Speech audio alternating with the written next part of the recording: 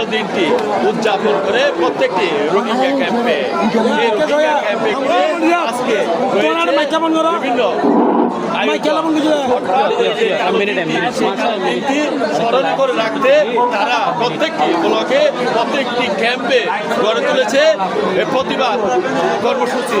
সেই প্রতিবাদ কর্মসূচি থেকে দাঁড়িয়ে আমরা জানবো আসলে তারা কি চায়, মায়ানমারে ফেরত যেতে চায় নাকি বাংলাদেশে বসবাস করতে চায়।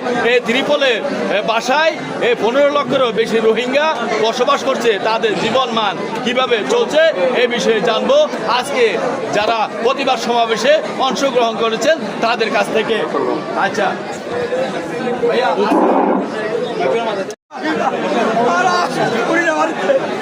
আর মাহবুলেন ধরে আর পুরো বই ধরে আর মাসের মাস বই ধরে আর আর মাহবুলেন ধরে তোলা মুঝে আর বিড়র কোলা বাজো আর দিনবা আর হারাদিন আর পরেশানি দিন আর অশান্তি দিন আর পুরো পুরো মাস বন্ধের কথা দিন। শেষ করো এমন ভাই শেষ করো মারতে দেন আর